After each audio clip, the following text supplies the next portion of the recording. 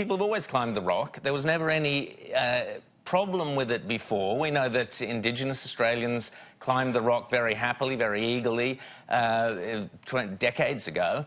There's never been any evidence that this is somehow a religious or a spiritual problem. We're just told, oh, no, you can't do it. Now, there was an argument about, oh, well, the idea that people die on the rock from heart attacks or whatever else is problematic, and, you know, Aboriginals have an issue with death and they don't want people dying on the rock. That's all well and good. If that's the issue, which is the only religious argument I've yet heard that stacks up, if that's the issue, we'll give it to the bridge climb people who've satisfactorily had a very safe record on the bridge and other climbs, and make the climb safe and make sure that people who are going up it aren't going to have a heart attack or there aren't any other problems. So if that's the issue, deal with the issue. So I'm not convinced by that.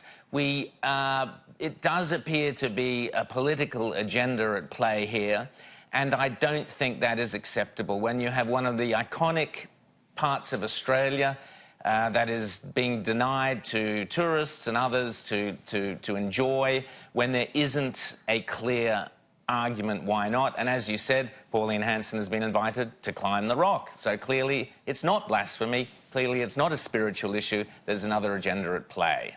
And I think, well, it's so interesting. Maybe she's shown the way, that all you need to do is go there and ask permission. Ask respectfully. You know,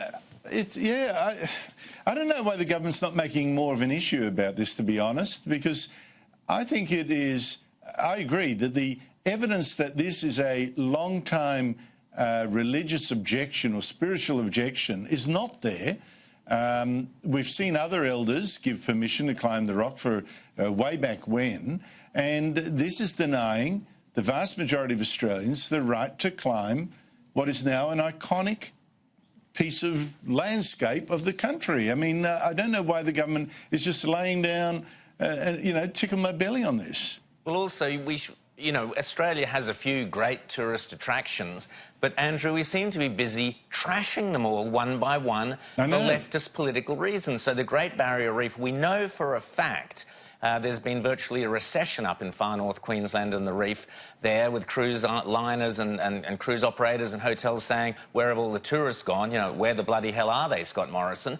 Because we have allowed everyone from Sir David Attenborough to our parliamentarians to trash the reputation of the reef. We've recently had paintings on Bondi Beach. Let's forget the swastikas from several months ago, but we've had paintings on Bondi Beach of armed, you know, border protection guards. We're trashing the reputation of Bondi. We trash the reputation of the rock, so people go, oh, I might not go there. There's something weird spiritually about it. I shouldn't go there. I don't want to upset anybody. So they'll start avoiding the rock. What are we doing? This is how we earn our money. And the idea as well that that one particular group of people can stop the nation earning money that supports all of us, supports the welfare for us all, I think is wrong as well. I suppose the local Aboriginal community is at that. And I mean, it seems to be a thing that's catching on, because there was a land rights move to close, I think it's going to the High Court, close a popular beach in the Kimberleys to whites, I guess, non-Aboriginals.